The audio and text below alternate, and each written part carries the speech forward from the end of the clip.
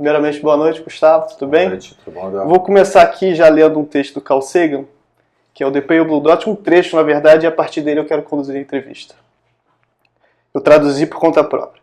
A Terra é o único planeta que até agora se sabe abrigar vida. Não existe nenhum outro lugar, pelo menos no futuro próximo, para o qual nossa espécie poderia migrar. Visitar, sim. Se estabelecer, não. Goste ou não goste, neste momento, a Terra é onde devemos marcar nossa presença. O quão atual é essa colocação que foi feita em 94? É menos atual do que na época. As ideias de exploração espacial, claro, são bem mais antigas do que o que o Carl Sagan falou. Mas nós compreendemos, hoje em dia, até eu acho que isso se conecta bem com a questão da crise ambiental que nós vivemos, que é produzida em parte pelo ser humano, que os planetas, essa validade deles como lugares habitáveis, não é infinita. Todo o universo tem um prazo de validade. O da Terra, por algumas teorias e entendimentos, já foi quase todo ele passado, quase todo ele cumprido. Então, no longo prazo, nós vamos ter que sair daqui.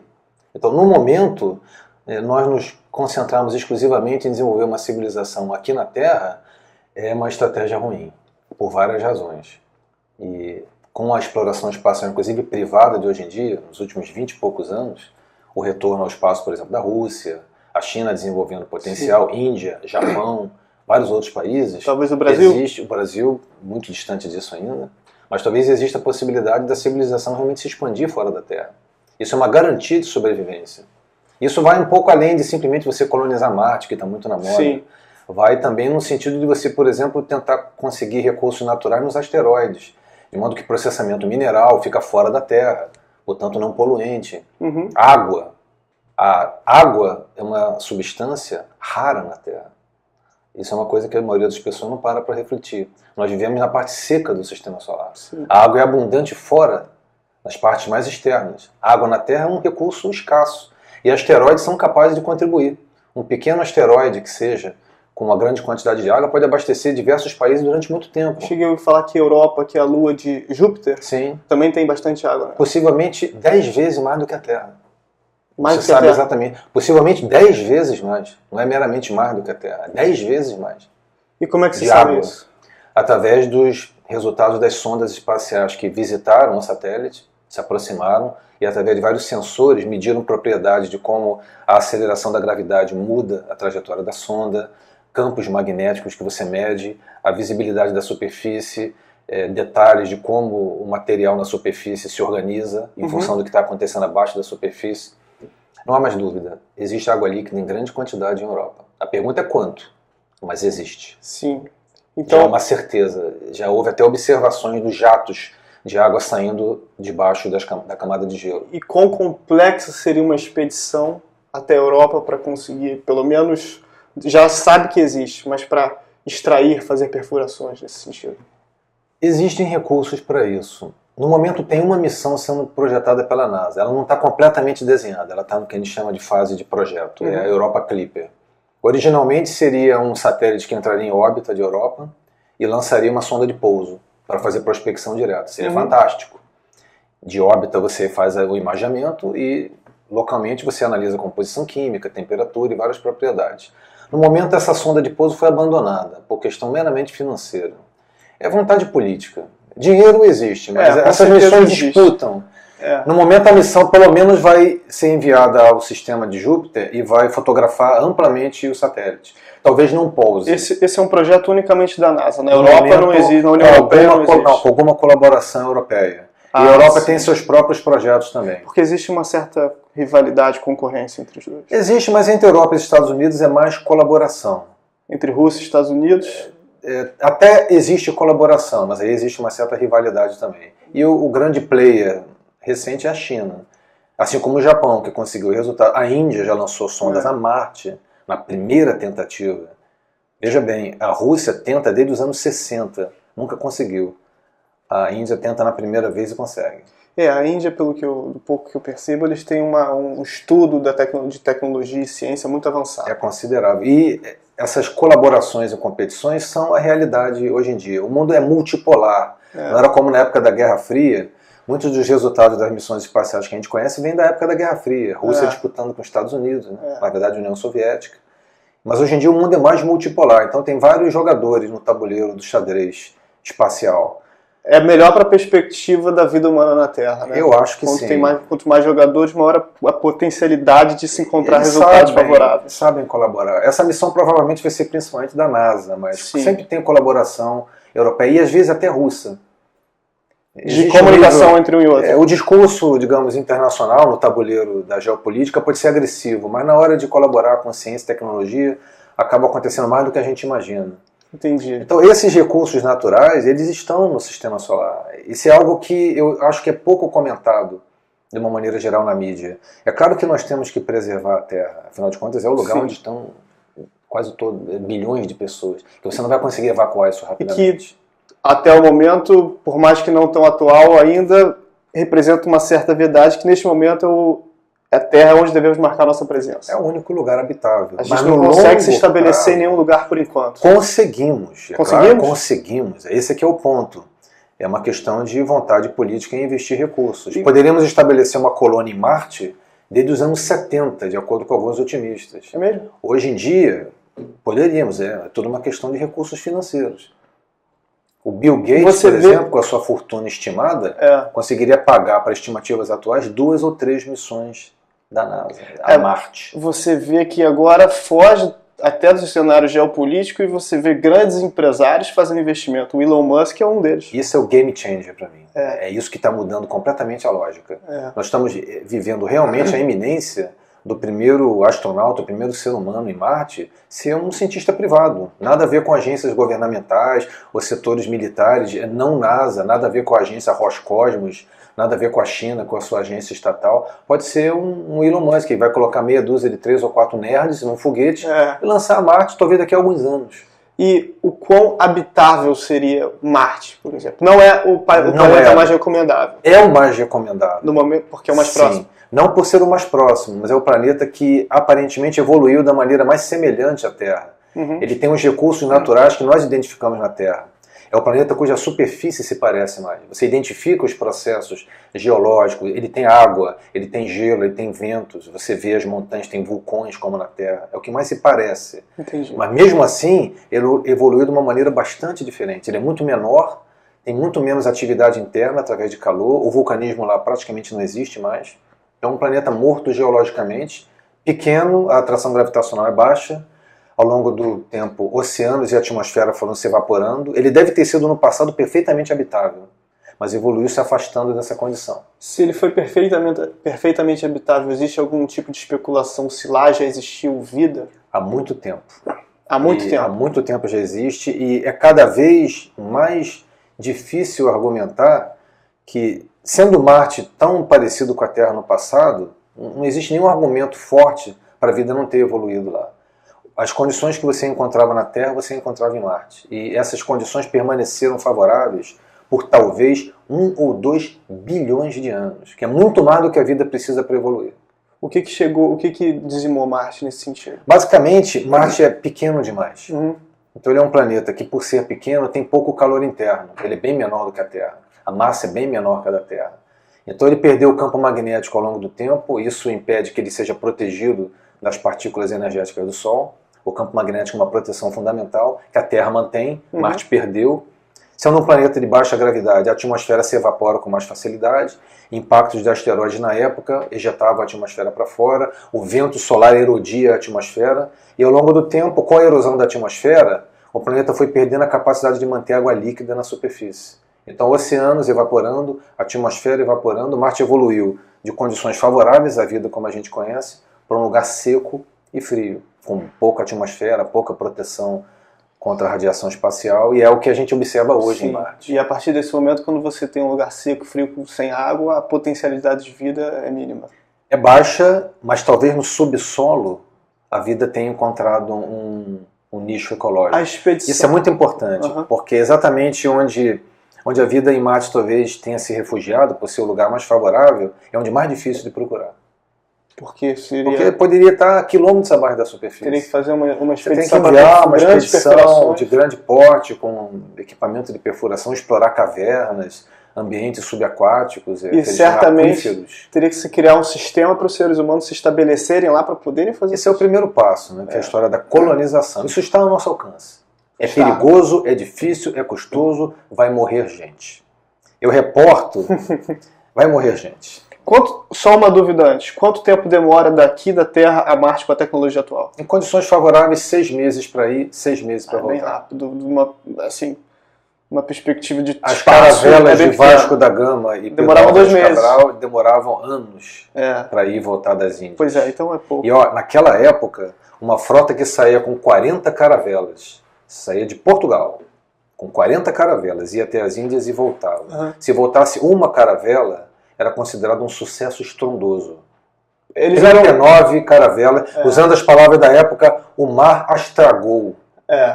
Depois de tempestade, elas se reencontravam. Sim. O João, cadê? Não tá. Pedro, já foi. Não, o Jorge ficou. Era um sucesso extraordinário. Sim, E eles tinham a coragem, o brio e a compreensão de que o que eles estavam fazendo era além do tempo deles. Totalmente. Eles estavam se projetando para outras realizações. Não que a Marte não requeira coragem, mas eu acho que requeria mais coragem. Com certeza, mas é a nossa cultura. Já pelo menos Marte, a gente sabe o que se espera lá. Sabemos bem. Mas eles não sabiam. Não, eles não sabiam. Eles não sabiam como chegar às Índias. Eles não conheciam mares nunca dantes navegados. Fernando Pessoa. Anteriormente, Lusíadas.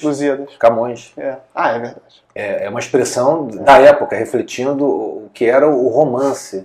O Elon Musk passa isso perfeitamente. Eu admiro a visão dele, no sentido de que, mais do que montar uma empresa ou ganhar dinheiro, o foco claramente dele é na realização.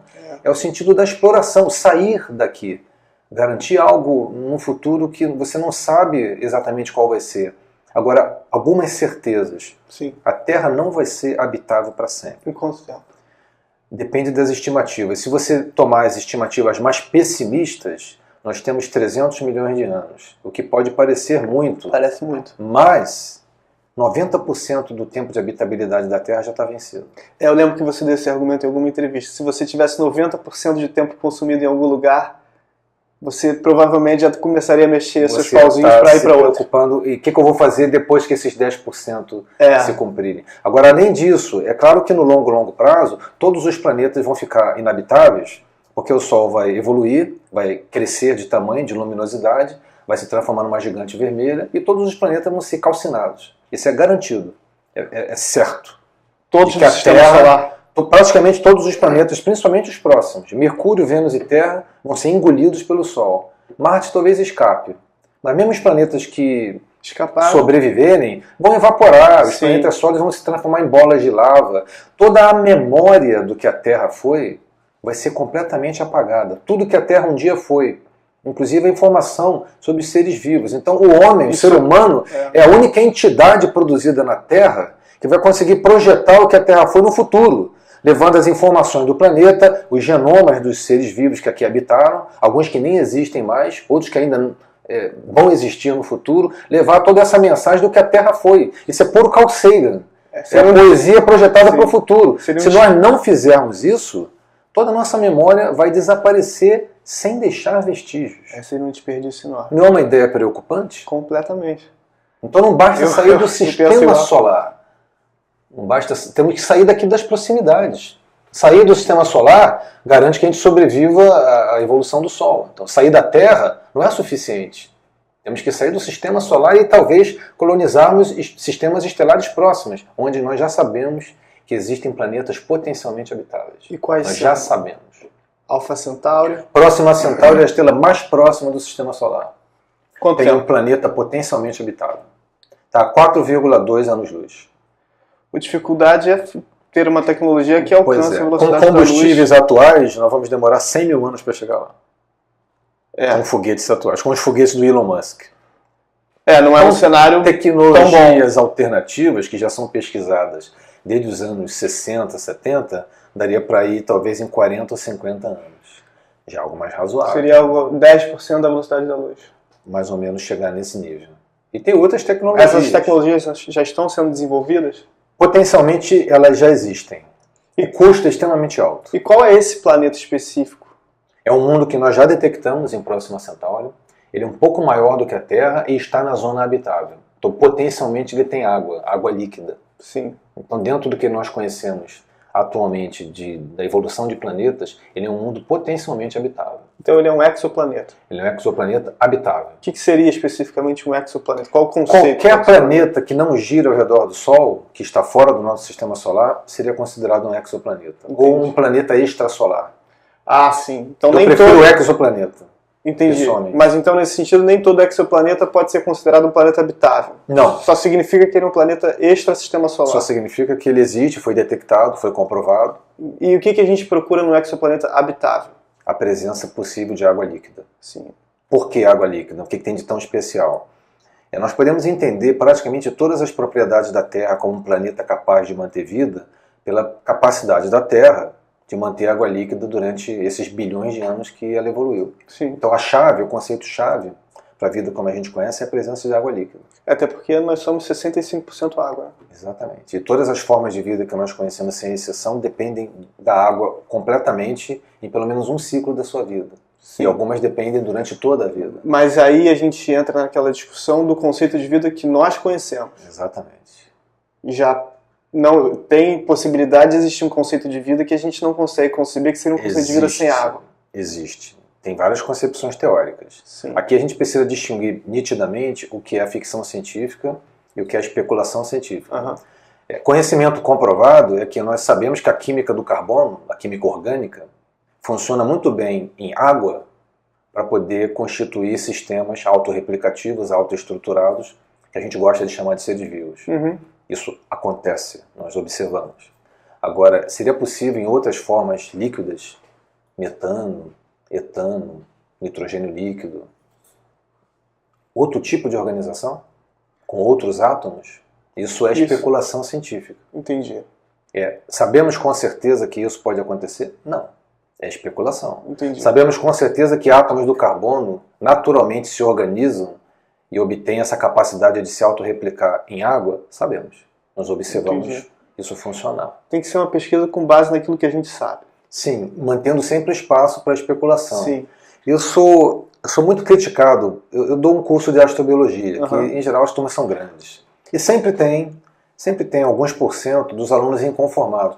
Professor, eu não me conformo com essa visão geocêntrica, ortodoxa, da vida baseada em água líquida. Nós queremos estudar outras formas de vida. Não, é sensacional.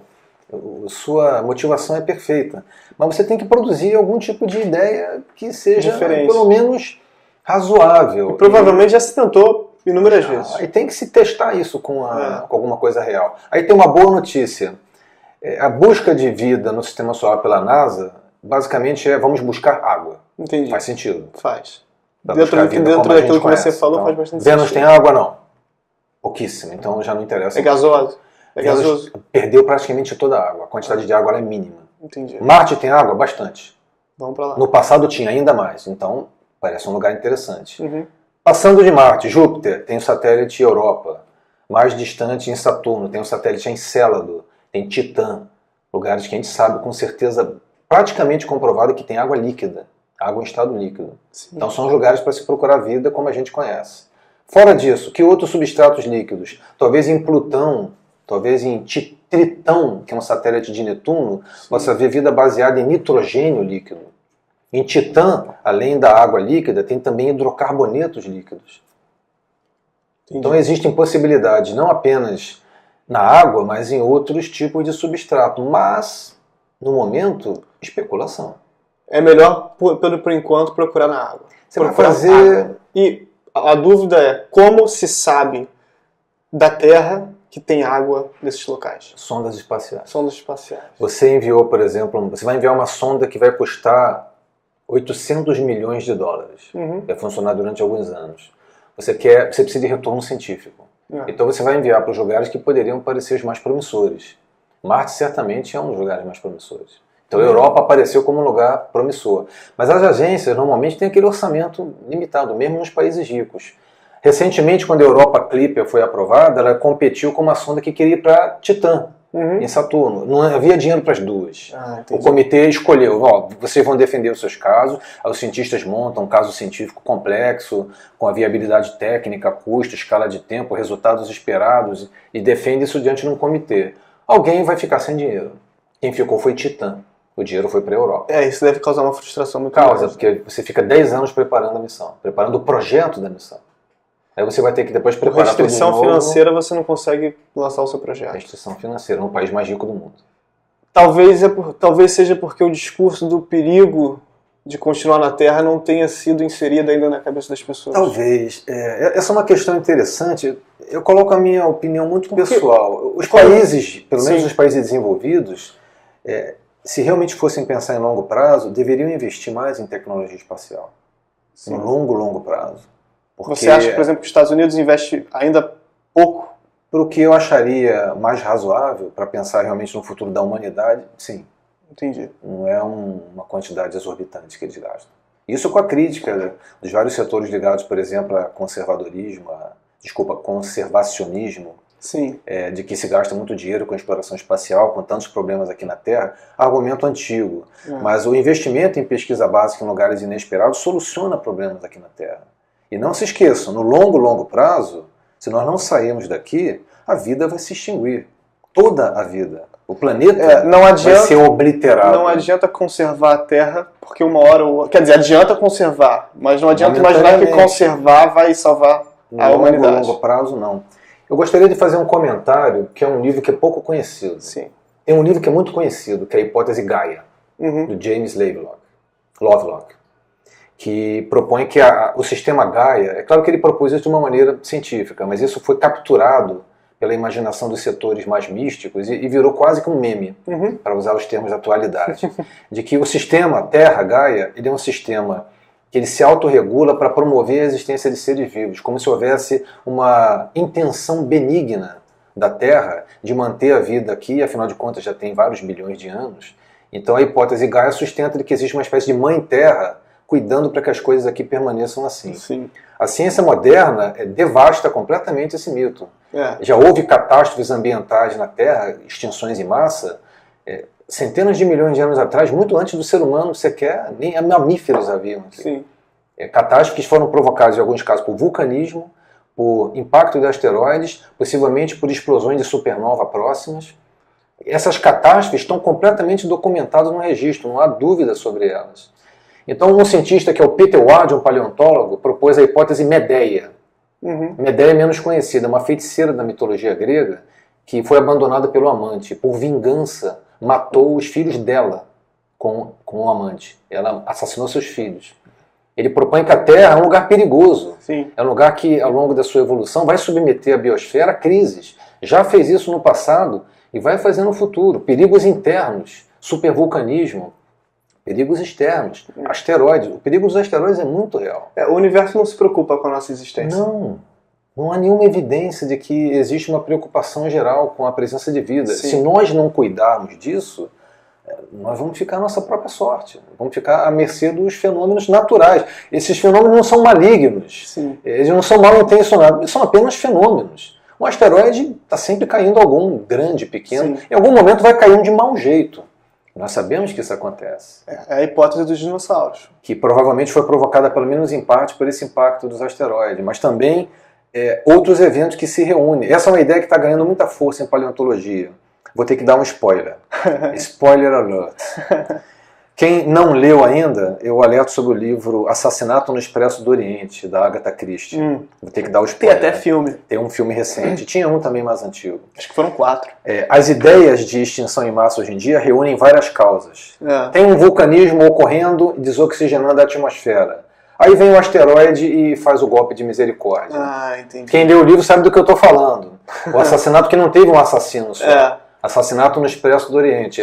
Múltiplas causas. A biosfera está em crise, está sendo estressada. Aí vem um asteroide na hora errada, extinção em massa. Combinações de fatores. Combinações de fatores. Aí você pode juntar isso com separação dos continentes, você pode juntar com uma mudança na circulação dos oceanos, superglaciação, depois derretimento do gelo, o oceano sobe, destrói ecossistemas, muda o clima. A Terra é um lugar perigoso, é um lugar que está sempre em evolução. Sim. Essas condições que nós vemos aqui agora não eram a do passado. 30 milhões de anos atrás, no Mioceno, a temperatura da Terra era muito maior do que hoje em dia. Não havia geleiras permanentes em nenhuma montanha do planeta. Não existia nem seres humanos. E havia um episódio aqui de alta temperatura, nós já passamos por isso. Então, o clima está sempre oscilando em estados. A ideia de equilíbrio é muito enganosa. Não existe equilíbrio natural. Existem pontos momentâneos de equilíbrio numa evolução que está levando o planeta para condições muito diferentes, sem falar das catástrofes externas. Mas então a solução para isso seria a mudança do ser humano para outro planeta. Ou sairmos daqui para colônias espaciais, vamos viver em asteroides, onde tem recursos naturais. Porque tem um cientista que calculou recentemente que existem recursos naturais só no cinturão de asteroides para alimentar 1000 vezes a população da Terra. 7 trilhões de pessoas no cinturão de asteroides. Só no cinturão, não falei de Marte, não falei de Europa, não falei da Lua, só nos asteroides. Eu não sabia. Água, metais, carbono, nutrientes orgânicos, tudo está lá. Mas, pelo menos eu acredito que isso no momento é algo ainda não realizável. É realizável se houver a vontade política. Tanto que já existem empresas que estão se registrando para explorar riqueza mineral em asteroides. Já existem empresas criadas. Existem as empresas como a SpaceX, que tem como objetivo levar o homem a Marte. Por quê? Para colonizar, estabelecer uma presença humana, tornar o ser humano uma espécie multiplanetária, tirar todos os ovos do mesmo cesto. Sim, faz sentido. Pelo menos um segundo cesto. Uma visão econômica da coisa. Uma visão, vamos dizer assim, muito pragmática, de sobrevivência. Não é apenas um delírio de você querer explorar porque você tem aquele antigo sentimento dos portugueses que se jogavam ao mar. Havia isso. Sim. Agora, por que os portugueses se jogavam ao mar? A gente estuda isso no ensino fundamental. Eles iam atrás de especiarias, porque quem voltasse não trabalhava mais na vida, era milionário. Uma viagem. Você tem que sobreviver. Chance de sobrevivência, 3%. Mas se você sobrevivesse, alguém ia voltar. Pode ser você, pode ser eu. Quem voltar, não trabalha mais. Então havia uma ambição financeira. Marte tem recursos, mas a principal finalidade não seria essa. É tirar a humanidade da Terra. Entendi. Tirar a gente de um lugar só. Na sua visão, é melhor o ser humano se estabelecer em exoplanetas ou no espaço em si? Em como eu você faria as duas coisas. As duas estratégia de hedge, né? Vamos fazer as duas coisas. Vamos abrir colônias no espaço, um asteroide onde tem recurso, e vamos tentar colonizar planetas. Marte é o melhor lugar. É o único lugar que realmente você consegue imaginar você pousar seres humanos, astronautas andarem por ali, cavarem o chão. Aqui tem água. Sim. Você pode fazer combustível de foguete com os recursos minerais. Você pode construir uma colônia. Você pode abrir um grande espaço, colocar animais, plantas, agricultura, espaços habitáveis, cidades. Você consegue visualizar isso em Marte. Em Vênus você não consegue. É muito mais difícil. Marte é muito mais fácil. Hoje em dia eu já vejo projetos. Outro dia alguém recebeu a premiação o melhor projeto de casa em Marte. E já existe bastante coisa sobre isso. Muita coisa. Eles fazem concurso nas escolas de você projetar um veículo para andar em Marte, ou um habitat protegido da radiação. As dificuldades são imensas. Se você pudesse projetar, você acha assim, que quando que o ser humano seria... Porque tem a questão econômica, mas em quanto tempo você acha que a gente vai estabelecer a primeira rede de pessoas em Marte? Eu não arriscaria. Eu aposto no momento, se você me perguntar hoje, 2019, eu apostaria no Elon Musk. Sim. Eu acho que a iniciativa privada vai simplesmente ignorar as questões de aprovação governamental, quanto que o Congresso vai dar para a NASA em 2020. Ele vai desenvolver a cápsula dele e vai mandar. E tem várias maneiras de você fazer isso. Depois de 1 ou 2 missões bem-sucedidas, você pode pousar na superfície, juntar alguns módulos, faz um pequeno habitat. Deixa aquilo lá, você vai embora, vai uma nova equipe, junta habitats e vai crescendo como uma cidade modular. Entendi. E com o tempo passando, isso vai se expandindo, daqui a pouco tem 50 pessoas, já tem uma massa crítica, você já tem engenheiros trabalhando, biólogos, daqui a pouco tem uma pequena cidade. Quanto tempo? 50 anos. Entendi. E provavelmente isso vai estimular o interesse também político dos países, né? Primeiro vai o privado. Imagino que se você parar para pensar, se até no passado, nessas explorações das navegações, quem bancava eram os mecenas. Havia entidades privadas, mas o governo também participava. Sim. O governo dos países financiava as expedições, assim como os cidadãos abastados. Havia interesse. Um bom paralelo que você traçou. Não era só o governo. Não havia uma NASA para ir às Índias, Provavelmente, né, se não fossem os grandes líderes, os nobres de Florença, por exemplo, que eram sim. extremamente Armadores ricos, eram italianos, eram eles que espanhóis, bancavam as explorações. portugueses. Também. E depois que a onda exploratória, isso é interessante, talvez possa traçar um paralelo aqui no futuro. Se você, por exemplo, se reporta aos livros do Eduardo Bueno, o historiador que publicou aquela trilogia, quando ele narra a viagem do descobrimento, depois daquela fase inicial, que todos sabiam, não, o Brasil está lá, a América do Sul está lá, tem um lugar lá virgem, né? É claro que ninguém se preocupou com a população local, eles partiram de maneira predatória. Mas havia uma quantidade impressionante de lunáticos, gente realmente de miolo mole, que se jogou aqui, alguns enriqueceram, outros morreram sem deixar notícia, mas eles vinham literalmente com as mãos no bolso tentar a sorte. Alguns ficaram milionários, a maioria você nunca mais ouviu falar. Entraram pelo sertão e nunca mais foram vistos. É possível que em Marte isso aconteça também. Ou no cinturão do asteroide. Pessoas privadas que eu vou tentar, e você não ouve mais falar delas. É um cenário curioso. É um cenário curioso, mas o ser humano, psicologicamente, responde desse modo a esses desafios. O Elon Musk, quem pensaria nesse cara 10 anos atrás? Sim, ele é um revolucionário. Ele é um game changer, ele revolucionou, mudou o pensamento. Sim, com certeza. Tanto que hoje em dia apostaria um dinheiro substancial de que esse cara vai ser o primeiro a lançar uma pessoa a Marte. Não necessariamente pousar, ele vai chegar a Marte. Mais do que a NASA, na frente da NASA, na frente da ESA, eu apostaria nele. Apostar dinheiro. Sim. Se eu pudesse comprar ações da SpaceX, eu compraria. E o que não falta é gente que quer ir, né? Você não viu aquela última... Fizeram uma espécie de chamada.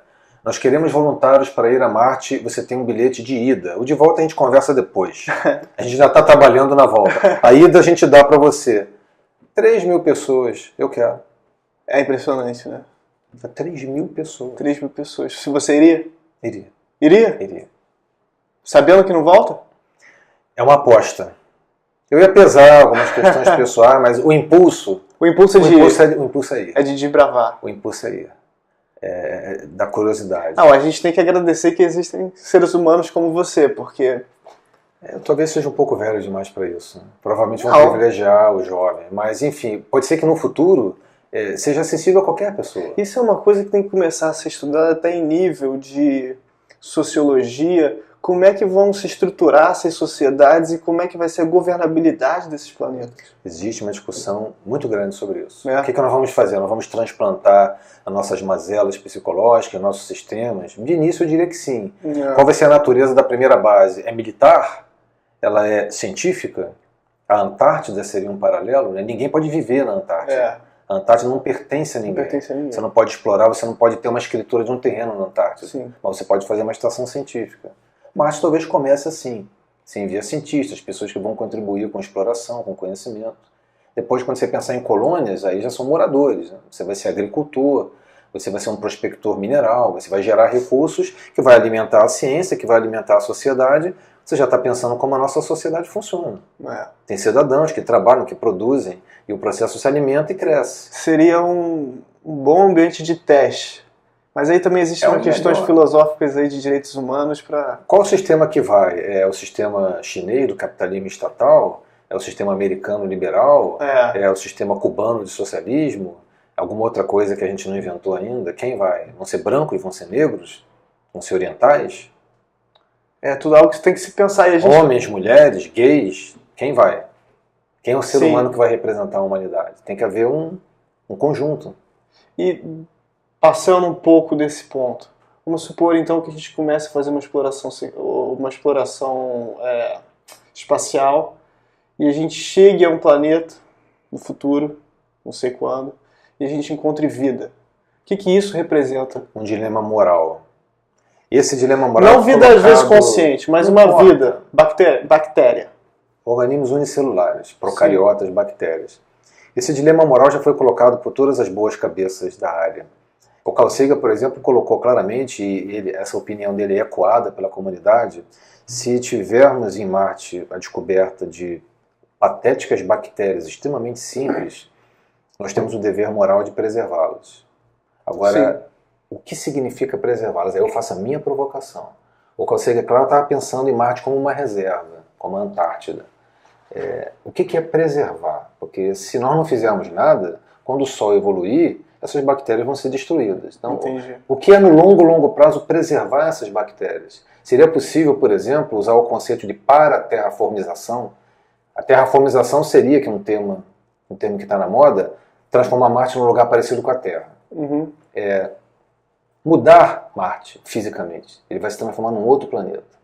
Obviamente que vida adaptada às condições de hoje vão ser exterminadas, com alta probabilidade. Sim. Agora, e se você não terraformizasse? Se você montasse colônias autocontidas e mantivesse um sistema gigantesco de parques nacionais em Marte? Nós estamos fazendo isso com sucesso na Terra. Se você assiste essa série de programas recente, que é o Nosso Planeta, Que tá passando onde? Nosso Mundo. Qual é o nome? É do Netflix? Nosso Planeta. É Eu do tô assistindo Netflix? por causa dos meus enteados, dos filhos da minha namorada. Eu não sabia, aí tô assistindo. É Netflix? É Netflix. Ah, sim. E o sucesso das reservas naturais hoje em dia é extraordinário. Espécies raras estão voltando à vida, como o tigre siberiano, Sim. e certos tipos de mamíferos, algumas baleias. Então a estratégia de reservas funciona. E se você montasse em Marte um grande sistema de reservas, se essa vida, por exemplo, tivesse apenas no subterrâneo, Entendi. abaixo do subsolo, e você constrói a sua colônia num lugar onde esse tipo de vida não acha interessante, você não vai mudar o planeta. Você vai construir uma colônia que pode até ocupar bastante espaço. Marte é um planeta grande. A Terra, Sim. todo o solo somado de Marte, a superfície de Marte, equivale a todos os continentes combinados, onde vivem 7 bilhões de pessoas. Moralmente... Então, moralmente, você pode preservar. E a presença humana também ser compatível com essa preservação.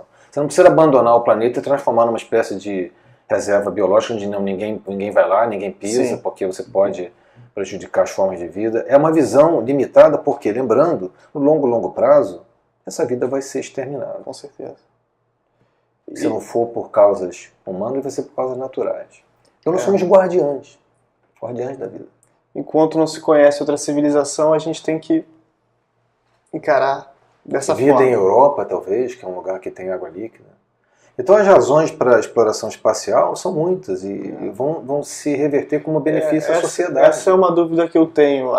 Qual você acredita que seja a razão principal para a exploração espacial?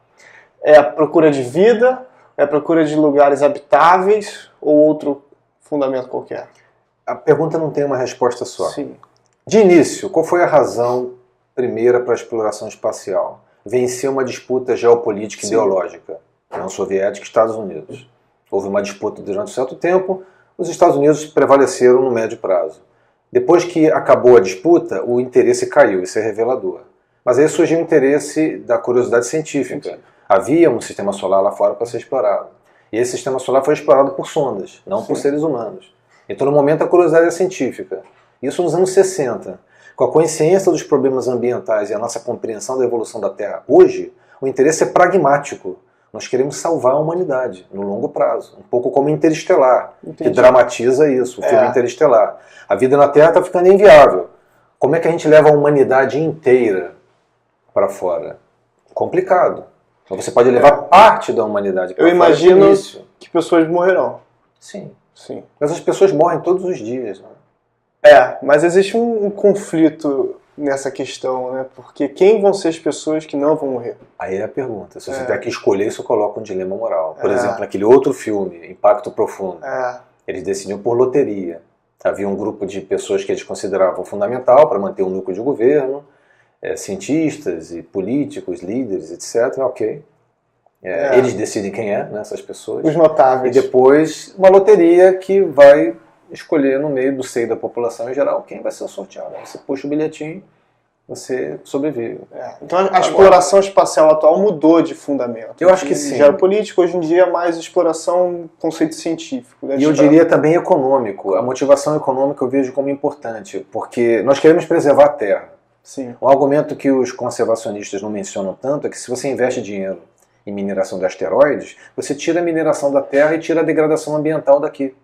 Um pequeno asteroide, pequeno, rico em metais, como existem alguns no cinturão, ele vale alguns $4 trilhões em metais como platina, cromo, titânio, ouro, nióbio, metais raros que a indústria precisa. Isso tem um valor industrial muito grande. E você não está degradando a Terra aplicando processo de mineração com contaminação de mercúrio, metais pesados. Isso fica no espaço. E existem aos bilhões. Muito mais do que a gente precisa. É. Um asteroidezinho desses abasteceria a civilização por décadas, talvez mais. Existem centenas de milhões deles. Você falou em asteroide, e eu não sei se tem algo em torno de 2 anos, talvez.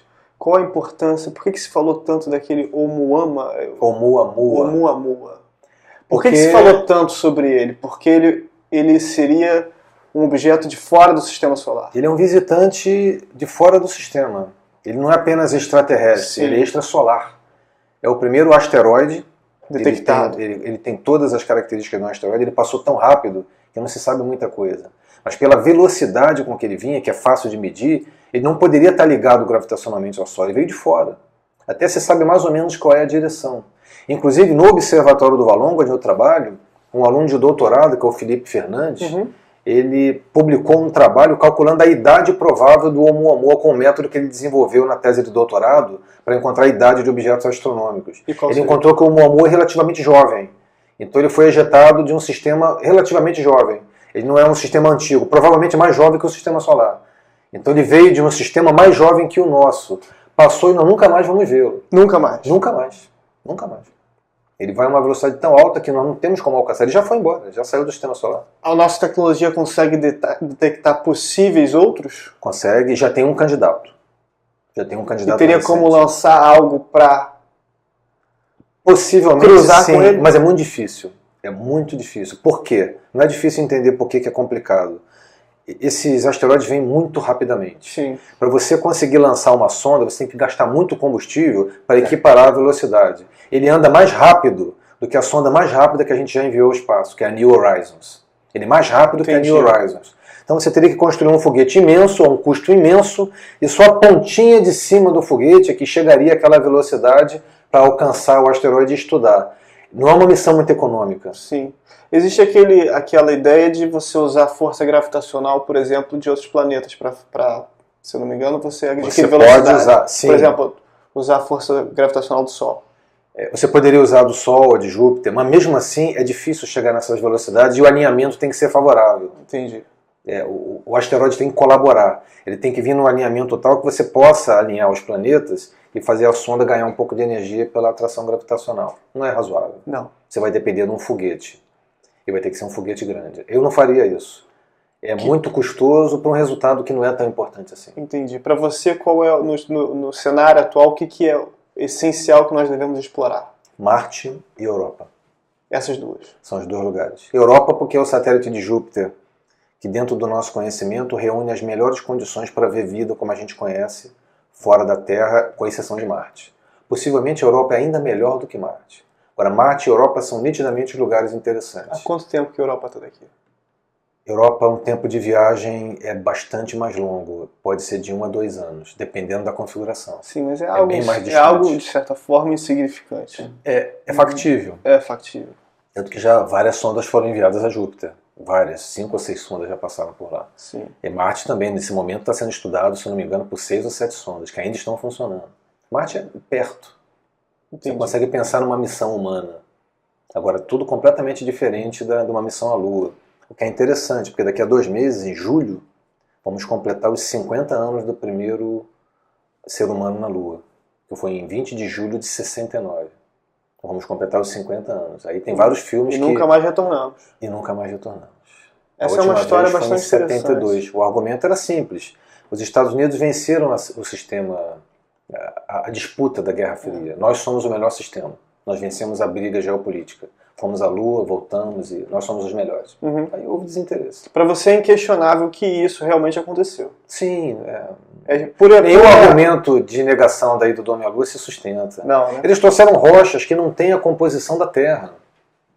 A composição isotópica dos elementos não existe na Terra. Você pode procurar na Terra inteira que você não vai encontrar uma rocha com aquela composição. Só não faz mais sentido ir para lá. Ir para a Lua? Faria se você pensaria numa expansão. Por exemplo, a Lua tem água. Você poderia estabelecer uma base na Lua para colocar uma presença humana no espaço, investigar como nós nos adaptamos àquela situação. Tendo água, essa base pode ser um pouco autossustentável. A gravidade da Lua não seria um problema? É mais fraca, mas não é um grande problema. A gravidade é apenas mais fraca. Não. Vão haver lugares com gravidade maior são mais complexos. São problemáticos. Agora, microgravidade é que é um problema porque tem toda essa questão de que o cálcio simplesmente ele é retirado dos ossos naturalmente pelo organismo, porque ele reconhece a falta de necessidade de sustentação, é uma espécie de processo bioquímico que tira o cálcio dos ossos e eles ficam quebradiços. Entendi. Agora, se você se exercita em centrífugas, você faz uma gravidade artificial, você pode evitar esse problema.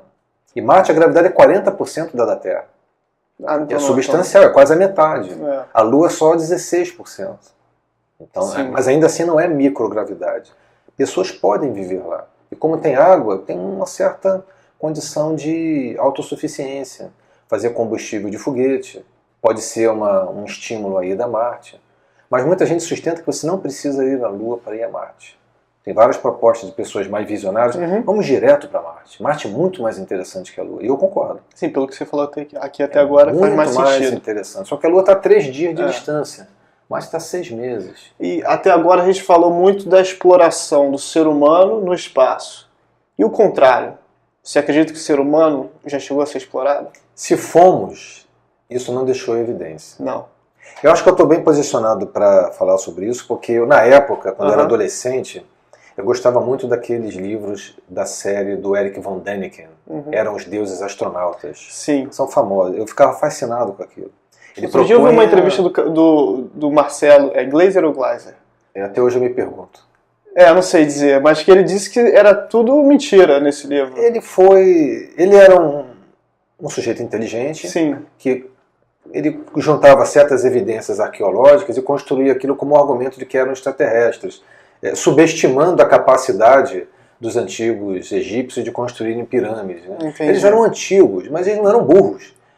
Isso é uma coisa que o ser humano tende a imaginar, que a pessoa do passado... Tem mais, tá? Muita gente sustenta que a inteligência média humana no passado era maior do que hoje em dia. Eu não me considero mais inteligente que o Einstein e o Newton, então... Sociedade em massa, né?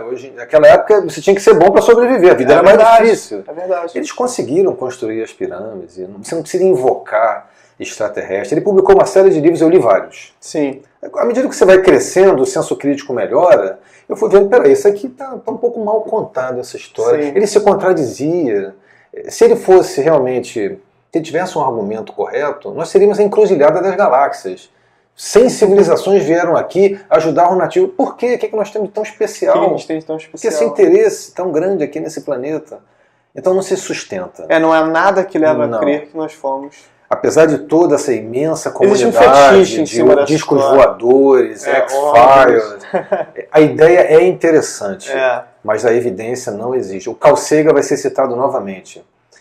Você dizer que estamos sendo visitados em base regular por seres super avançados em discos voadores é uma declaração extraordinária, que pede uma evidência extraordinária e que ninguém consegue produzir. Os relatos se contradizem, enfim, eles não conseguem produzir nada de concreto. Entendi. Então está, para mim, no ramo de fenômenos psicológicos. O Carl Jung publicou um pouco sobre isso. São delírios em massa. Isso começou a acontecer depois da Segunda Guerra, quando as pessoas se acostumaram a olhar para cima, por causa do desenvolvimento da aviação. Depois da Segunda Guerra começaram a aparecer discos voadores. E antes, por que ninguém via nos anos 20? É uma coisa mais psicológica. Como se houvesse, a sociedade estivesse pronta para aquela ideia. Aí surge aquele mito moderno.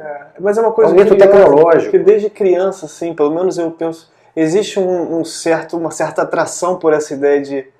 É fascinante. É fascinante, né? Acho que é porque é fascinante. E você pode acompanhar psicologicamente que nos anos 50 os extraterrestres vinham dar um recado pra gente. Cuidado com as armas nucleares. Aí o tempo passou, os extraterrestres pararam de se preocupar com as armas nucleares. Eles começaram a se preocupar com a ecologia. Aí depois, direitos humanos. Eles mudaram de agenda. Só que a agenda deles mudando é a mesma nossa. Então eles estão refletindo a nossa agenda ou nós estamos refletindo a agenda deles? Faz sentido. O Carl Sagan, por exemplo, ele tem uma imagem fantástica. Você vê como a gente cita o Carl Sagan. Ele tinha um insight extraordinário sobre essas coisas. Ele estava comentando sobre as ideias do Percival Lowell, que é aquele americano excêntrico, que no início do século XX achava que estava vendo canais em Marte. Ele tinha um telescópio muito bom, que ele financiava, porque ele era rico. Ele via Marte, ele via linhas de canais sendo trazidas do polo para o Equador. Ele imaginou uma civilização moribunda, trazendo água do polo para o Equador, uma civilização num planeta que estava morrendo. E ele via inteligência, ele via processo de inteligência no que ele via. Aí o Carl Sagan, eu não tenho a menor dúvida que havia inteligência envolvida no processo. O problema é de que lado do telescópio ela estava. Ah, exatamente. Estava do lado olhando. É um reflexo nosso. O UFO é a mesma coisa, os OVNIs, os discos voadores. É claro que tem vida inteligente, só que é terrestre.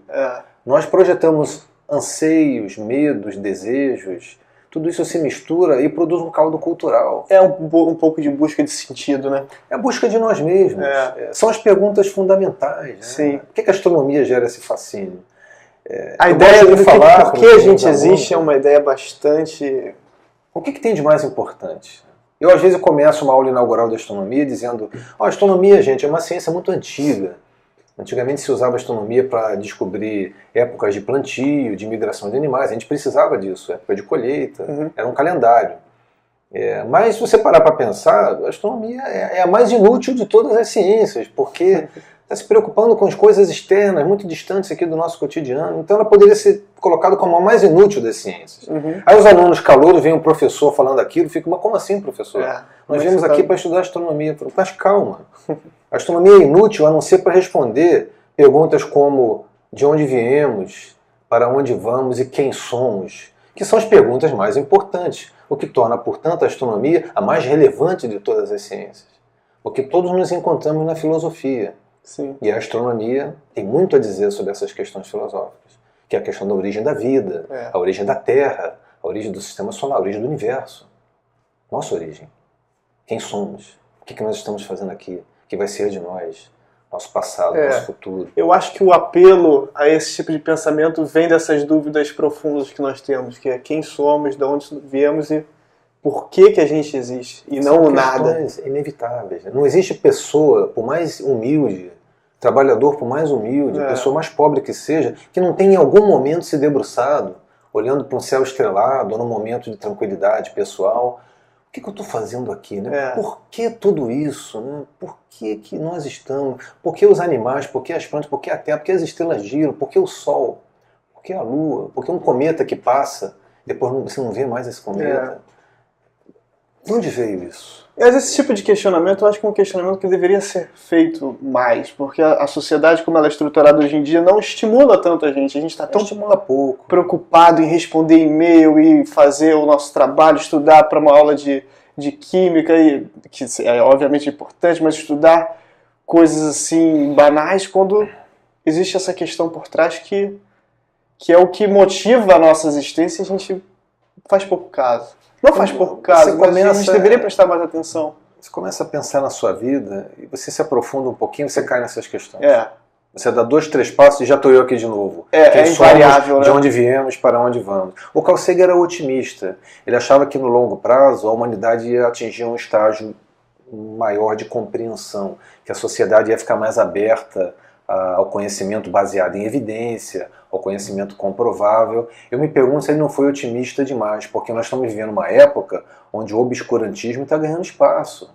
Os terraplanistas, os negadores da evolução, os negadores da ida do homem à Lua. É preciso distinguir o que seria a espiritualidade, o nosso desejo natural de encontrar um sentido, uma transcendência, da negação de coisas que são, afinal de contas, comprováveis por fatos, que você encontra o resultado aqui, um cientista na China encontra a mesma coisa. Na Austrália, no Brasil, todos encontram a mesma coisa. Aquilo é uma regra do mundo.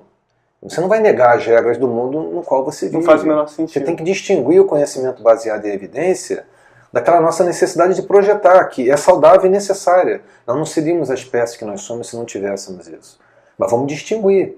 Não vamos negar aquele conhecimento só porque ele torna desconfortável um ou outro aspecto da nossa crença ou do nosso desejo. Nós temos que lidar com essa dissonância intelectual. O Carl Sagan era otimista.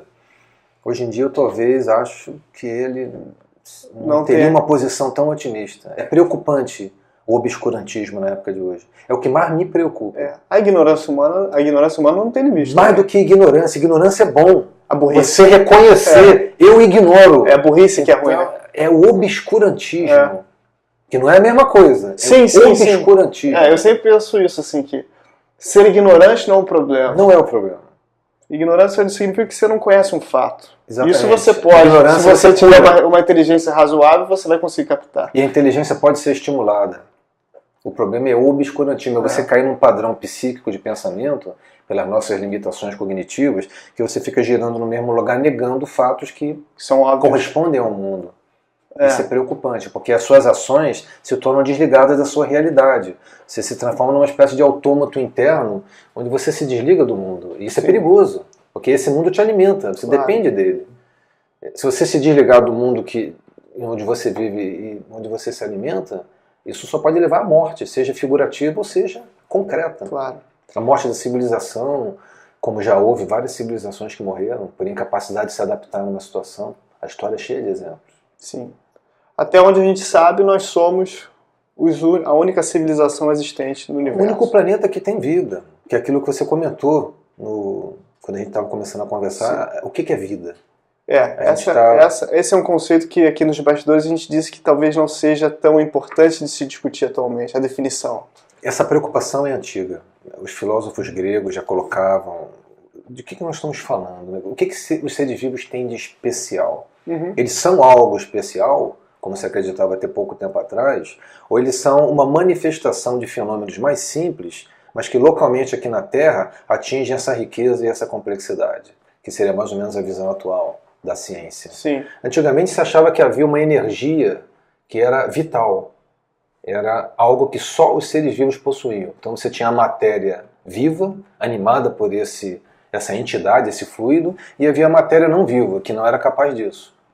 Mas à medida que a ciência progrediu, descobriu bioquímica, genética, os processos fisiológicos, uma longa história de 300 anos de descobertas, não conseguimos estabelecer uma diferença entre os dois mundos.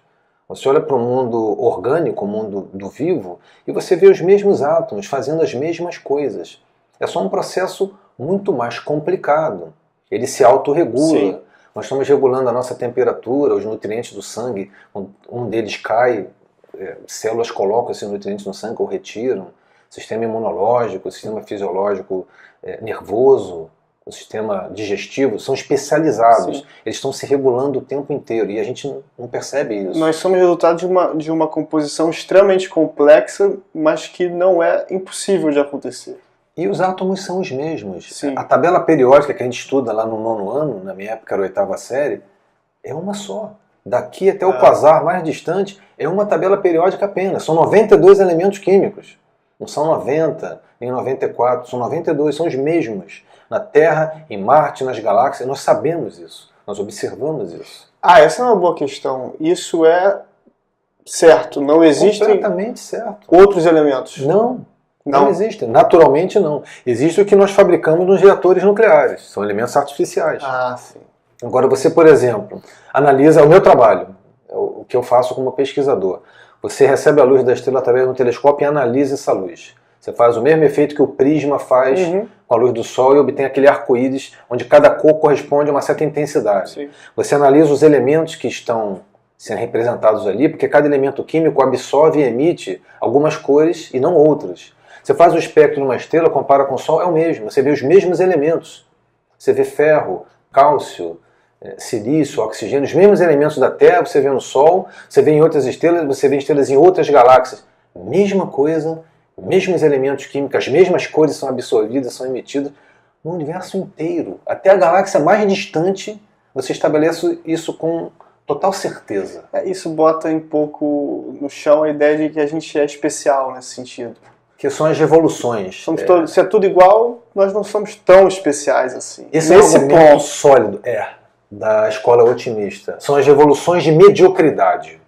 Deixa eu defender aqui a palavra mediocridade. Sim. Na nossa cultura, medíocre é uma palavra com uma conotação negativa. Seria algo pejorativo. Se você chega e diz para uma pessoa, você é medíocre, as pessoas acham que, poxa, você é ruim no que você faz. Medíocre não é isso. Medíocre é médio. Mediano. Se você chama uma pessoa de medíocre, você está dizendo, você é representativo. Você tem um comportamento, as características parecidas com a maioria. Então não é uma palavra com uma conotação negativa. Significa comum. Não é extraordinário, não é excepcional. É comum, medíocre. Então as revoluções da mediocridade. E cada uma delas foi um golpe no ego humano. Primeira revolução da mediocridade. O sistema copernicano. De que o Sol está no centro do sistema solar, remove a Terra do centro do universo. Então a Terra sai do centro, o Sol vai para o centro do Sistema Solar. A Terra é Sim. apenas um planeta. Perdemos um pouco de Perdemos a especialidade. centralidade. É. Perdemos a especialidade.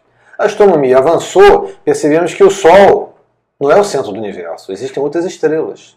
Possivelmente cada uma com seus planetas. Hoje em dia a gente sabe que isso é verdade. Depois veio a Revolução Darwiniana, de que o ser humano é uma combinação de processos de evolução biológica que está se desenrolando há bilhões de anos. Nós não somos o apogeu da criação, não somos o apogeu de nada. Nós somos macacos recém-saídos da savana africana, saímos ontem de manhã e já nos achamos grande coisa. Sim. E existem espécies que ficaram aqui durante muito mais tempo do que nós e não existem mais. Não existem mais. Os dinossauros dominaram a Terra por 150 milhões de anos. Se você sair na rua, você não vê nenhum. Cadê? Se extinguiram. Sim. Então a Revolução Darwiniana, o homem não é o centro da biologia. É uma espécie. Especialidade, talvez. Poder cognitivo, a capacidade de mudar o meio ambiente, compreender o funcionamento do mundo. Depois veio a Revolução Freudiana, que não foi absorvida ainda. Essa revolução, o ser humano tem muita dificuldade de absorver. A darwiniana não foi absorvida ainda pela sociedade. A freudiana, a gente nem começou. Nós não somos o centro da nossa psique. O nosso ego tão querido, ele não está no controle. Ele está no topo do oceano de subconsciente, de desejos reprimidos, frustrações, vontades, emoções, usando o Rubem Fonseca, um dos meus atores favoritos, vastas emoções e pensamentos imperfeitos. Isso somos nós, a nossa psique é um caldeirão borbulhante de paixões primitivas e o ego achando que não, eu estou finalmente no assento, não está. Não está. E a gente não absorveu essa revolução ainda. Então nós fomos tirados do centro. Evoluções da mediocridade. Não somos especiais. O Carl Sagan desenvolveu esse argumento favoravelmente para sustentar. Deve haver vida em outros lugares do universo. São muitos planetas, muitas estrelas. O número é imenso. Deve haver em outro lugar. Mas aí vem uma escola mais recente, chamada pessimista, que sustenta o seguinte. Ok, muitos planetas, muitas estrelas. Mas e se o processo de gerar em um planeta vida e vida inteligente for algo intrinsecamente difícil, que pede uma concatenação de fatores, tudo tem que dar certo. 50 fatores alinhados que tem que dar certo. Você joga cara ou coroa 50 vezes. Tem que tirar 50 caras. Faz o cálculo de qual é a probabilidade disso acontecer. Infinitamente mais difícil que ganhar na Mega Sena. E se for algo tão difícil que mesmo com esse número tão imenso, só acontecer em poucos lugares? É uma ideia razoável, isso é científico. Qual dessas duas ideias está correta? Não se sabe. A gente não sabe. De cada lado, né, tem desse lado com calção vermelho 90 quilos, hipótese otimista, desse lado calção azul 90 quilos, pessimista. E eu acredito que, mas se a gente descobrir, seria outra revolução da mediocridade. De uma civilização desenvolvida, porque seria um grande baque na sociedade imaginar que existe uma outra civilização, às vezes mais desenvolvida que a nossa, com maior capacidade cognitiva. A gente perde o papel de... Eu acho que sim. Eu me pergunto, faço uma pergunta para todos que estão nos ouvindo.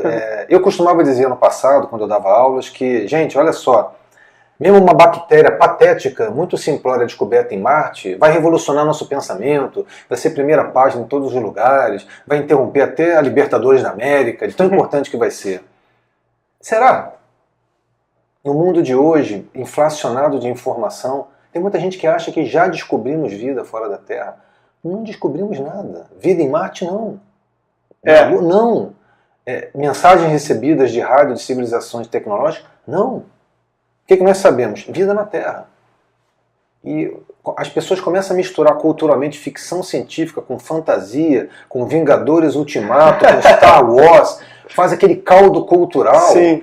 E nós perdemos a perspectiva. Então, eu me pergunto se saiu uma notícia, por exemplo, na CBN ou na CNN, descoberta vida em Marte. Aí as pessoas vão, mas como assim, de novo? Não tinha descoberto isso nos anos 90?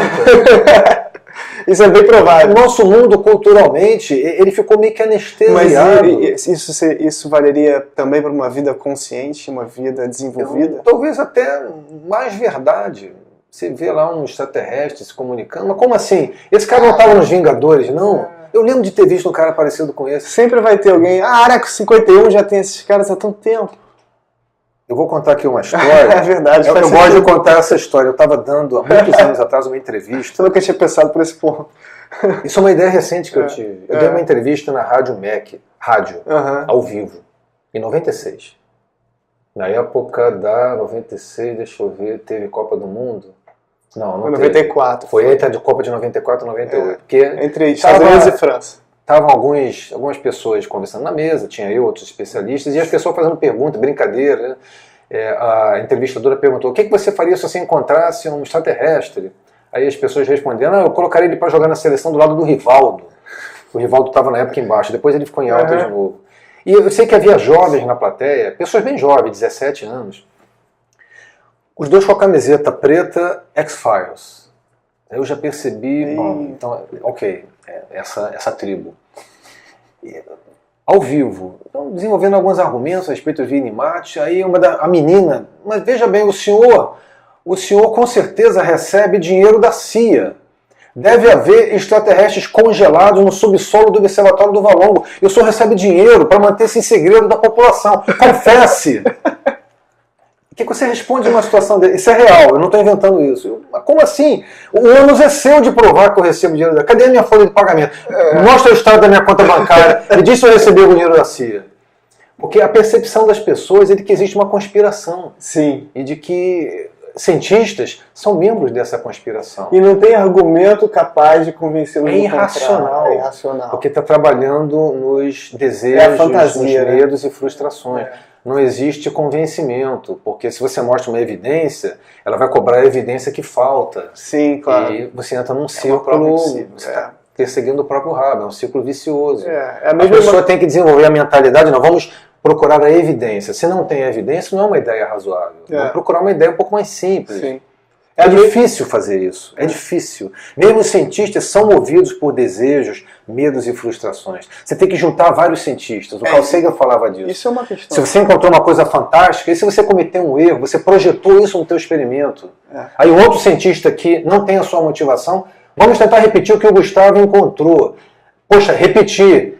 Esse aqui também, deve ter alguma coisa aí. Isso é repetível, comprovável, vira conhecimento. Esse é o critério. O critério tem que ser esse, porque é óbvio que as emoções humanas mexem com os estudos. Se você dedica 25 anos, se você dedica 25 anos da sua vida a um estudo, você talvez seja capaz de fazer certas concessões que... Nós temos desejos. Concessões que você sabe que não são as ideais para que aquele resultado seja o resultado que você gostaria de deseja resultado. Você quer encontrar certas coisas. Você quer ter seu nome marcado.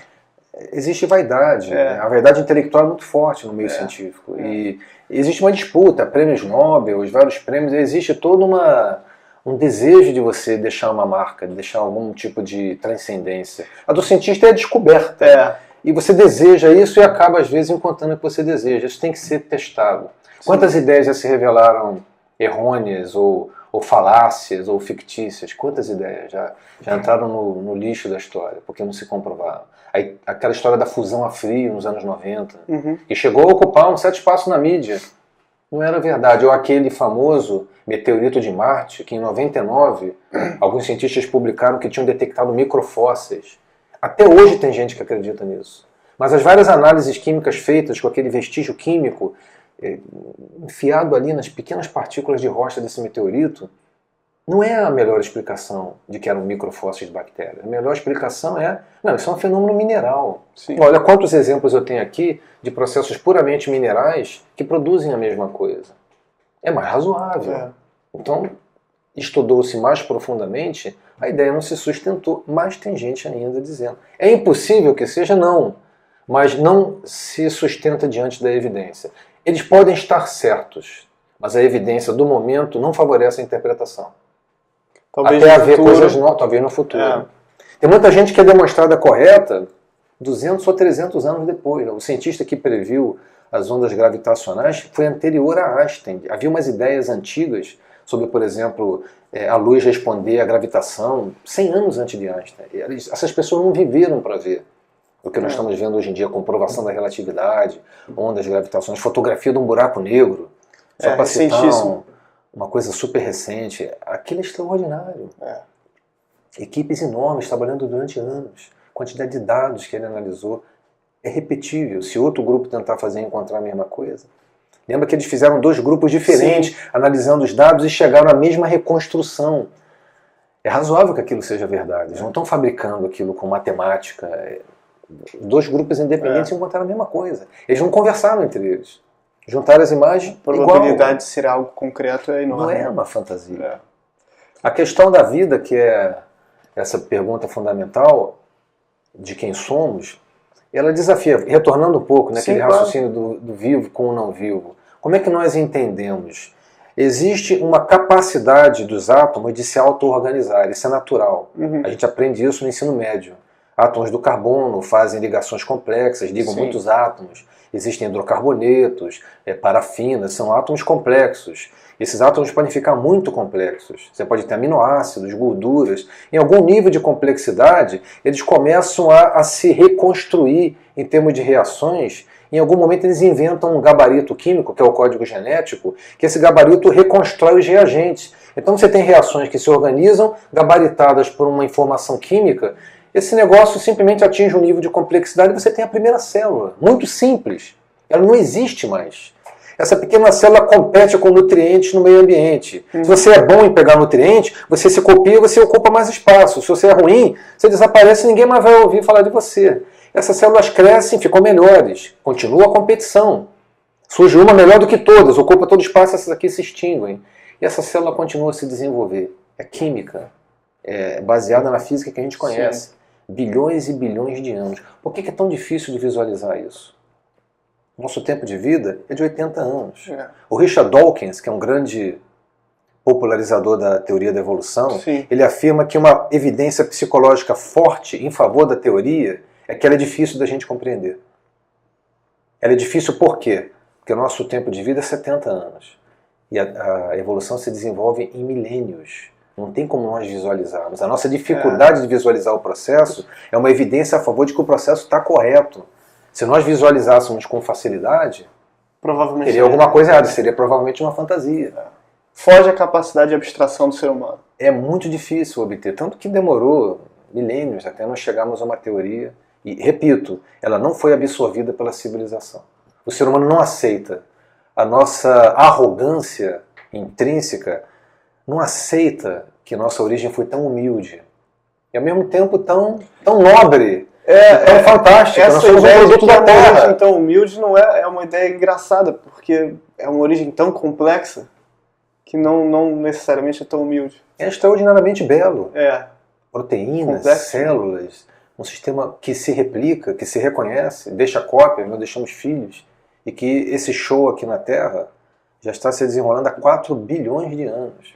E tem hora para acabar. Se nós não tomarmos alguma providência, voltando ao tema do início da conversa, levarmos a memória da vida terrestre para fora da Terra. E não vem ninguém de fora, provavelmente, para falar isso pra gente. Eu não contaria com isso. Eu não contaria com a cavalaria na última hora. Não. Eu tentaria me salvar por mim mesmo. O Hawkins mesmo diria que isso daí é perigoso. O Hawkins e o Elon Musk também alerta a respeito de possíveis conflitos entre civilizações. É razoável. É bastante razoável. É razoável. Qual é a garantia que nós temos que essas criaturas vão compartilhar da nossa agenda? O ser humano é um bom exemplo disso. Quando você pega uma espécie que não necessariamente inferior, mas com uma capacidade menor que a dele, ele geralmente tende a explorá-la. E, às vezes, não é nem tão maligno assim. É choque cultural.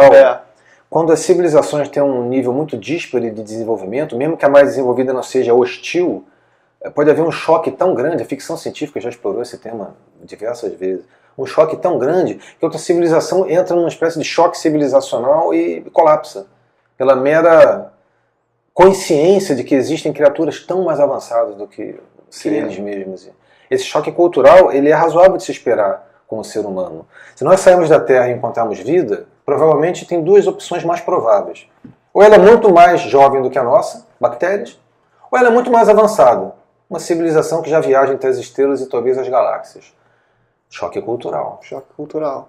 Mesmo que eles estejam dispostos a nos ajudar, como os otimistas acreditam, será que vai ser benigno para nós entrarmos em contato psicológico com essas criaturas? que talvez nós nem sejamos capazes de compreender. E podem ainda ser hostis. Vida é disputa de espaço, Sim. de recursos. Elas podem ser hostis. Qual é a garantia que nós temos que vai ser um E.T. von Home, uma criatura benigna? Ficção científica, tem o Alien versus o E.T. São dois extremos, muito benignos, muito agressivos. Não entendo o ponto. Nesse ponto, a ignorância seria uma bênção. Possivelmente. Não saber que existe algo tão à frente de nós pode ser uma bênção para a nossa sobrevivência. Muito possivelmente. A gente deveria ter uma agenda própria. E essa agenda é clara. O ser humano está mudando o ambiente da Terra. Isso é um processo natural, porque nós somos naturais. Nós não existimos à margem da natureza. A vida evoluiu, surgiram criaturas cognitivas, capazes de entender o meio ambiente, manipular o meio ambiente, explorar o meio ambiente a seu favor, que é a coisa mais natural do mundo, e agora temos uma crise ecológica que nós compreendemos. Somos capazes de revertê-la, mas no longo prazo vai vir outra crise ecológica, que é a mudança do clima na Terra por causa da evolução do Sol. Se nós formos capazes de alterar a evolução do Sol, ficaríamos na Terra. Mas se nós não formos capazes, temos que procurar outros ambientes. Próxima a Centauri tem um planeta potencialmente habitável. Outras estrelas próximas também. A missão Kepler já detectou milhares de planetas, vários milhares de planetas, muitos potencialmente habitáveis. A missão TESS, que está agora se desenvolvendo, já encontrou planetas em estrelas próximas. Esses planetas estão lá. E muitos são potencialmente habitáveis, com água líquida na superfície, com substâncias orgânicas capazes de manter vida como a nossa. Só que eles estão distantes. Então, mais uma vez, o ser humano vai ter que se lançar no desbravamento. Muito mais radical do que ir até Marte. Ir até Marte a gente consegue visualizar. Agora, visitar outras estrelas, viajar por milhares de anos, como vai ser essa viagem? Vai ser dobra espacial igual um Star Trek? Vai ser uma nave tão grande, com uma população tão grande? Um navio de gerações, como eu gosto de dizer, que quem começa a viagem não termina. As gerações se alternam e vão ser os descendentes que vão chegar 1000 anos depois no destino. Vai ser uma nave com embriões congelados, à velocidade da luz. Vai ser uma nave que não vai ter nem embriões, vão ser óvulos e espermatozoides, que vão ser fecundados durante a viagem e depois esses seres humanos vão ser educados por robôs e inteligência artificial para colonizar um mundo. Lembrando que eles vieram de um mundo do qual eles não vão ter memória nenhuma, eles não sabem o que é o planeta Terra. Provavelmente nasceria uma civilização bastante diferente da nossa. Qual vai ser o método? Isso é um debate que envolve não só a ciência, mas envolve até o direito, no caso. Quais são as questões morais existentes por Todas as questões importantes para a civilização humana. Nada disso que eu falei agora é novo. A ficção científica já explorou tudo isso. Vocês já perceberam que eu gosto de ficção científica? Não, tem boas proposições nela. Frequentemente são ideias que depois se tornam realidade. H.G. Wells, Júlio Verne, propostas que se transformaram em realidade. Júlio Verne propôs uma viagem à Lua no século XIX. Depois, verificou-se que não era a maneira que ele propôs, mas ele visualizou muitas coisas corretamente. Por exemplo, ele viu a missão à Lua, no século XIX, ser lançada dos Estados Unidos. Da onde? Da Flórida. Ele previu Cabo Canaveral. Tem gente que acredita que isso é uma paranormalidade. Como que esse francês, que viveu quase 100 anos antes, percebeu que seria lançado não apenas dos Estados Unidos, mas da Flórida. Ele escreveu sobre o mundo inteiro. Tem livros dele que se ambientam no Brasil. E como é que ele conseguiu adivinhar que ia ser na Flórida, cara? Enfim. Isso já exige assim, uma capacidade de compreensão. Não dá uma certa... Sim. Onde que esse cara tirou isso? Eu não sei quem é que diz, não sei se é Shakespeare que diz, que mais há entre o céu e a terra do que... Isso é Shakespeare. Não sei, a vã filosofia humana consegue conceber algo do tipo. O Arthur C. Clarke também. Tem coisas que a gente não sabe. É inimaginável. O Arthur C. Clarke, que escreveu 2001, Odisseia no Espaço, disse que a realidade é sempre muito mais estranha que a ficção. Isso, uma pessoa que pensava profundamente nesses temas, antes mesmo de Carl Sagan. Ele publicou livros fantásticos sobre o encontro do ser humano com civilizações avançadíssimas. Ele estava escrevendo isso nos anos 40, nos anos 50. E ele viveu para ver parte dessa revolução. Ele viveu para ver planetas sendo descobertos, a exploração do sistema solar.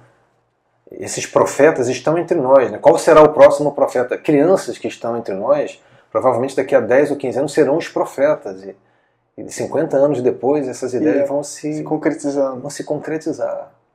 Então, a nossa compreensão da vida aqui é um processo natural, um processo cósmico. Deve ter ocorrido em outros lugares, mas Com que frequência? É muito comum, como o Carl Sagan acredita? É pouco comum, como alguns cientistas mais pessimistas sustentam? Eu me alinho mais com os pessimistas, mas não sou terrivelmente pessimista, eu sou moderadamente pessimista. Eu acho que tem possibilidade de vida em Marte, e tem possibilidade de vida em Europa, eu vejo possibilidades. Sim. Vale a pena ir lá explorar. Só que a prova é algo essencial. E a cara, É. terá que haver vontade política de montarmos missões com elemento humano, primeiro sondas, depois exploração humana em ambientes perigosos, ambientes nocivos à vida como a gente conhece, para arrancar essas respostas da natureza. Sim. E já caminhando agora para o final, então, em termos de tecnologia, quais são as tecnologias que estão à nossa frente que podem nos trazer mais perto dessa realidade? Exploração desses lugares com toda a potência. No momento, a tecnologia de exploração espacial usa as mesmas ideias da época da missão Apollo, combustíveis químicos. Uhum. E eles funcionam. Inclusive, agora estão se tornando mais baratos e reutilizáveis, que é o que o Elon Musk está fazendo. Ele está tornando o custo muito mais baixo. Mas tem outras ideias, que propulsões mais avançadas, propulsão nuclear, por exemplo, encurtaria uma viagem a Marte para 2 semanas. E existem algumas ideias ainda mais radicais que colocaria Marte tão perto quanto a Lua. Seria um encolhimento da distância. É como você pensar que as caravelas, que na época de Vasco da Gama levavam 1 ano, e hoje em dia um avião faz essa viagem em 10 horas. Sim. Uma mudança de um fator 1000 praticamente. Então, se ao invés de 6 meses, a gente pudesse ir a Marte em 1 dia. É uma viagem que você faz de avião. E essas tecnologias já existem, podem ser desenvolvidas e podem vir a revolucionar a exploração planetária. Sim. Aí você pode começar a levar a população inteira da Terra para outros lugares. Essas ideias existem. É a mesma coisa que um desafio que em 1500 seria impossível levar toda a população portuguesa para o Brasil, hoje em dia parece algo não tão complexo. Não seria uma coisa não tão seria complicada, algo tão é algo que você poderia pensar em fazer. E também lembrando a engenharia genética, que pode modificar a tal transhumanidade que se está falando hoje em dia. Nós podemos nos mudarmos. Mudar o nosso código genético para ficarmos resistentes a frio, a ressecamento, a radiação, de modo que nós ficarmos adaptáveis a Marte. Nós não adaptaríamos Marte ao ser humano, adaptaríamos o ser humano a Marte. Nós nos areaformizaríamos, areodiares Marte. Sim. Em vez de modificar o ambiente, modifica você mesmo. A gente está em que passo nisso? Muito no começo, porque nós não compreendemos ainda o código genético. Mas os discursos já existem. Filósofos, proponentes de direitos humanos, dizendo que o que é ser humano está em discussão. É o Yuval Harari, com seu Homo Deus. O que é ser humano está em discussão. Nós possivelmente vamos ser os últimos exemplares de sapiens no planeta Terra. Os próximos vão ser uma outra coisa. Assim como nós surgimos depois dos Neandertal, e os Neandertal antes do Erectus, antes do Australopithecus, nós vamos ficar aqui para sempre, nós vamos nos transformar.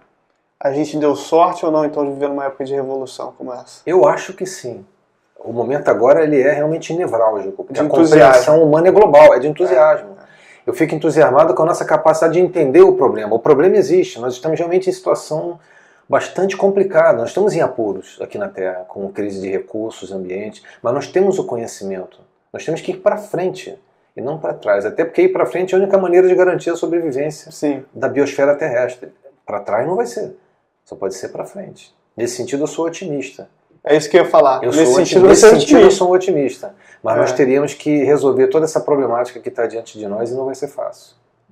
A nota otimista é que o ser humano, em geral, funciona bem sob pressão. Eu aprendi isso com a minha falecida mãezinha. Isso é verdade. Quando a coisa está realmente no limite, a gente toma uma atitude. Quando está isso para qualquer coisa da vida, né?